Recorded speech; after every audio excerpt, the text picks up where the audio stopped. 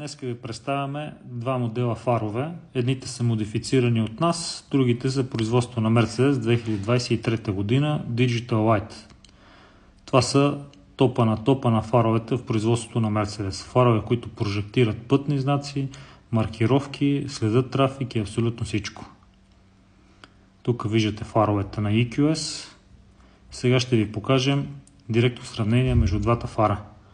От лявата страна е Mercedes 2002 година, който е с модифицирани фарове от нас. Отдясно е чисто нов EQS Digital Light. Тук изключваме и включваме фаровете на 220.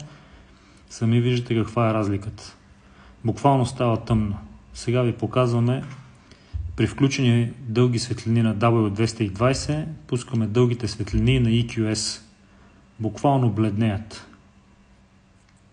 Тук сега ще включим дългите на W220, за да видите с и без тях каква е разликата. Ще ви покажем съответно и стойностите.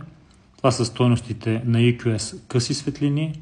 Това са стойностите на W220 къси светлини.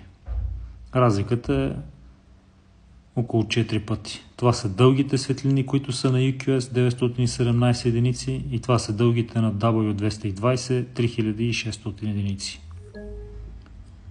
Това е този модерен фар, който прожектира, има анимация при пускане, при изключване и следи насрещния трафик. Но за съжаление няма достатъчно сила, такава каквато ние можем да предадем на вашите фарове.